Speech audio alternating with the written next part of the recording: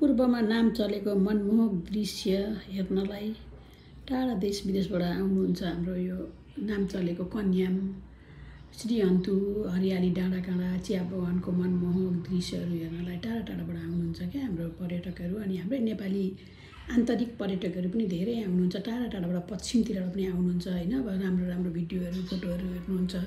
कन्याम भनेपछि, इलाम भनेपछि, श्रीअन्तु भनेपछि धेरैको चाहना पनि हुन्छ घुम्ने। जस्तो हामी यता पूर्वको मान्छेहरू मुक्तिनाथहरू पश्चिमतिर विभिन्न ठाउँमा घुम्न जान्छौँ, पश्चिमकोहरू पनि त्यसरी नै आउनुहुन्छ। अनि हाम्रो छिमेकी राष्ट्रको पर्यटकहरू पनि आउनुहुन्छ होइन। हामी पनि अब पाहुनापाचा आयो भने कहाँ लाने त भन्दाखेरि जाउँ न त कन्याम श्रीअन्तु घुम्नलाई। चिसो पनि, गर्मी छल्न पनि एक दिन भए पनि भन्ने।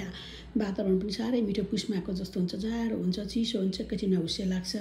जे होस् त्यहाँ गएपछि यसो गर्मीमा आत्तिएको मनहरू पनि शान्त हुन्छ क्या। अनि पर्यटकहरू हाम्रो पनि यसो कोही देश विदेशबाट पाहुना अनि कहाँ जाने भन्दा हामी कन्याम लान्छौँ क्या। अनि हामी कन्याम गएको थियौँ। अनि त्यहाँनिर हजारौँ यात्रीहरू, आन्तरिक पर्यटकहरू पनि आउनुभएको, अलमल्ल पर्नुभएको। हेर्नु न, यो कन्याम लेखेको ठाउँमा यसैको लागि भनेर फोटो हेर्नुहुन्छ, भिडियो हेर्नुहुन्छ, ब्लग हेर्नुहुन्छ र मान्छेहरू कहाँ कहाँबाट आउनुहुन्छ।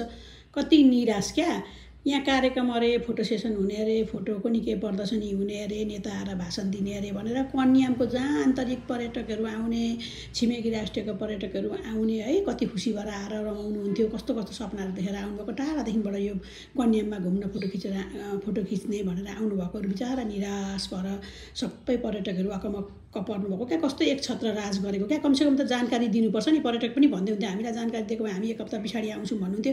त्यहाँको स्थानीय निकायले नि यो बारेमा चाहिँ बोल्नुपर्ने हो क्या। यसरी टाढाबाट आएको